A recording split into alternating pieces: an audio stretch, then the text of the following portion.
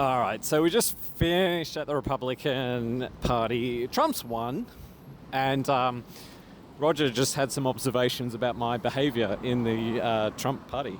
So we have a situation where Andy has gone deep state into character as a Trump supporter, and he kind of had to, because it was a little bit freaky in there. Like, I won't deny, like, if I were to compare the Democrats abroad party to the Republican kind of, watch party, there's, absolutely there was a bit of more of a threatening element to it. There was a bit more of a strange element to it. So Andy had to go deep incognito. But I must admit, all the excesses of Andy's acting was not picked up in the slightest by the true Trump supporters at the event.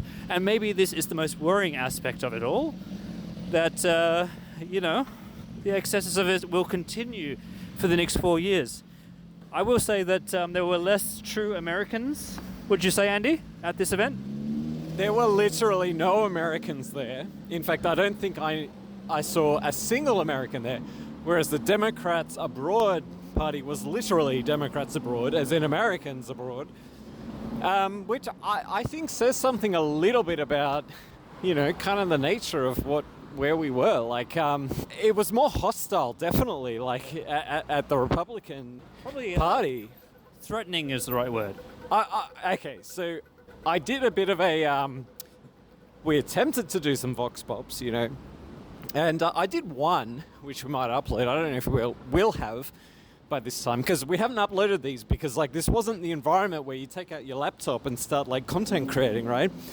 So we might do get rid of the constipation of content that we generated. But I did one, it was okay.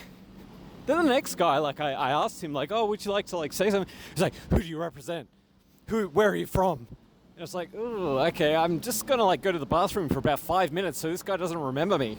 I'll add on top of that shit pile cherry. And so while I was at the bar, I was approached by, and to be fair, he wasn't white. He was actually, I believe, Lebanese.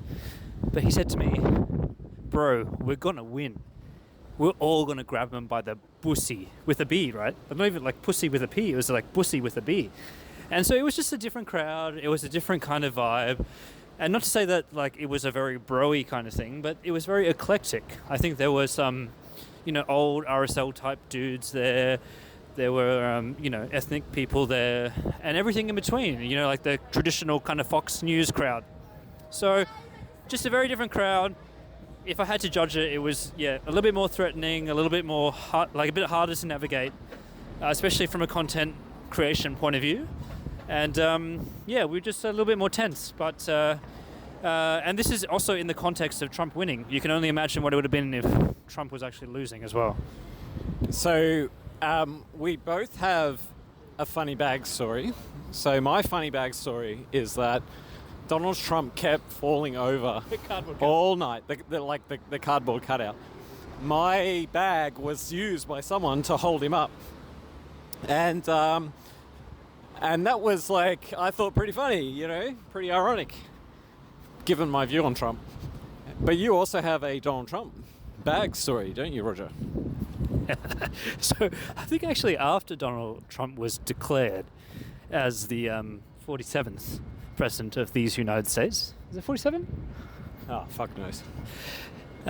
This old man literally fell over, dive bombed into a line of chairs of which my bag was sitting on, and went flying. And this is the thing. As soon as Donald Trump's in power, calamity ensues. But you missed the best part, Roger. The best bit. This guy's fallen over to the floor, really big stack. Everyone, the whole room went quiet because it was just such a big deal. And then everyone's like, fight, fight, fight, fight, fight, fight. It was just so good.